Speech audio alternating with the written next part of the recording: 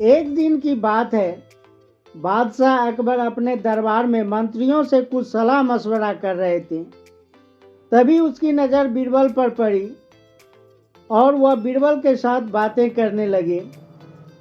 बात मियाँ बीबी के रिश्ते पर चल निकली तो बीरबल ने कहा, हजूर, अधिकतर मर्द जोड़ू के गुलाम होते हैं और वे अपनी बीवी से डरते हैं।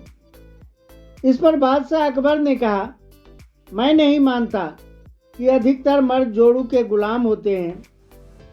तब बीरबल ने कहा, हजूर, मैं सिद्ध कर सकता हूँ। फिर बादशाह ने बीरबल से कहा, अगर ऐसी बात है तो सिद्ध करके दिखाओ, तभी मैं समझूंगा कि तुम्हारी बात में कितनी सच्चाई है। इस पर बीरबल ने कहा, ठीक है हजूर, मैं यह सिद्ध कर दूंगा, लेकिन इसके लिए पहले आप आदेश जारी करें कि किसी के भी बीवी से डरने की बात साबित हो जाती है तो उसे एक मुर्गा दरबार में बीरबल के पास जमा करना होगा। यह बात सुनकर बादशाह अकबर ने आदेश जारी कर दिया कि किसी को भी अपनी बीवी से डरने की बात साबित हो जाती है तो उसे एक मुर्गा दरबार में बीरबल के पास जमा करना होगा। कुछ ही दिनों में बीरबल के पास ढेरों मुर्गे जमा हो गए।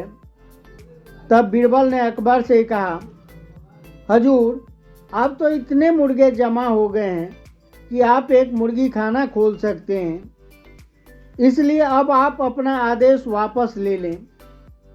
लेकिन बादशाह अकबर को न जाने क्या मजाक सूझा, उन्होंने अपना आदेश वापस लेने से इनकार कर दिया।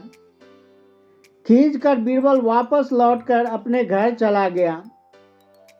अगले दिन फिर बीरबल दरबार में आया तो वह बादशाह अकबर से कहने लगा, हजूर, विश्वसनीय सूत्रों से पता चला है कि पड़ोसी राजा की पुत्री बेहद खूबसूरत है।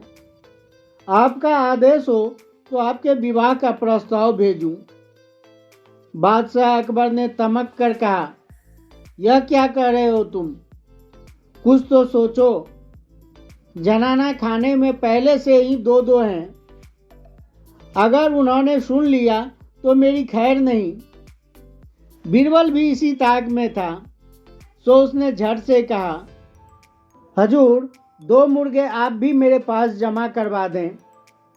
बीरबल की बात सुनकर बादशाह का सिर शर्म से झुक गया।